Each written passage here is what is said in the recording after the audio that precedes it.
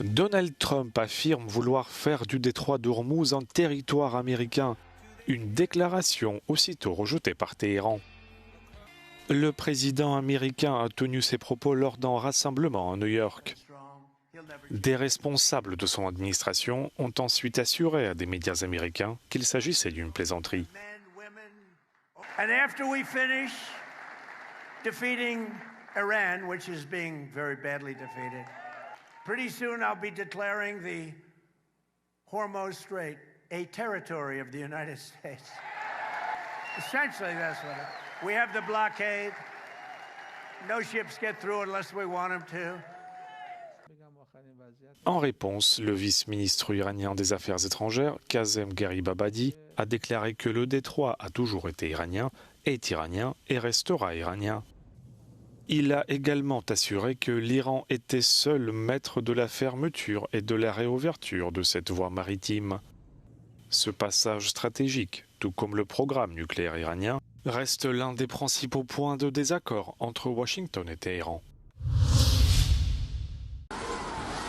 Un puissant séisme de magnitude 7,7 a fait une cinquantaine de morts dans l'est de l'Indonésie, selon un bilan qui reste provisoire.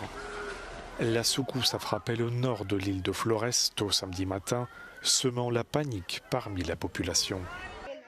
Plusieurs bâtiments se sont effondrés, des habitants ont fui dans les rues, craignant de nouvelles secousses. Une alerte au tsunami a été déclenchée dans la foulée avant d'être levée. L'agence géologique indonésienne n'a détecté aucune élévation significative du niveau de la mer, susceptible de menacer les populations côtières. Les autorités font également état de dizaines de blessés. Plusieurs milliers de personnes ont évacué la zone par leurs propres moyens. Un second séisme, cette fois de magnitude 6,9, a frappé l'ouest de l'île de Sumatra. Aucun dégât ni victime n'avait été signalé dans l'immédiat par les autorités.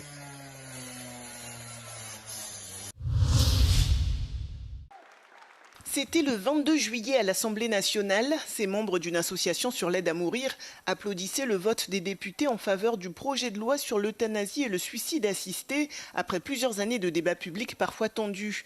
Ce vendredi, le Conseil constitutionnel a jugé que la loi est conforme à la Constitution, mais il a émis des réserves. Un établissement privé peut refuser de pratiquer l'aide à mourir. De plus, la clause de conscience qui permet de refuser de participer à l'acte ne s'appliquera pas seulement aux soignants, mais aussi aux pharmaciens qui refuseraient de préparer le produit létal. La juridiction s'est également prononcée sur un autre sujet brûlant, l'interdiction des réseaux sociaux aux enfants de moins de 15 ans, mesure phare du mandat d'Emmanuel Macron. Le texte devait entrer en vigueur en septembre, mais le Conseil a censuré cette loi au motif qu'elle porte une atteinte disproportionnée à la liberté d'expression et de communication, ainsi qu'au respect de la vie privée. Après l'annonce du Conseil, le président de la République a demandé au Premier ministre de retravailler le texte dans les meilleurs délais.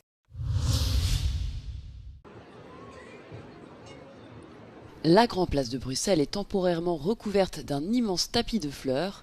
Cette installation, organisée chaque année au cœur de la capitale belge, est cette fois consacrée à la culture japonaise.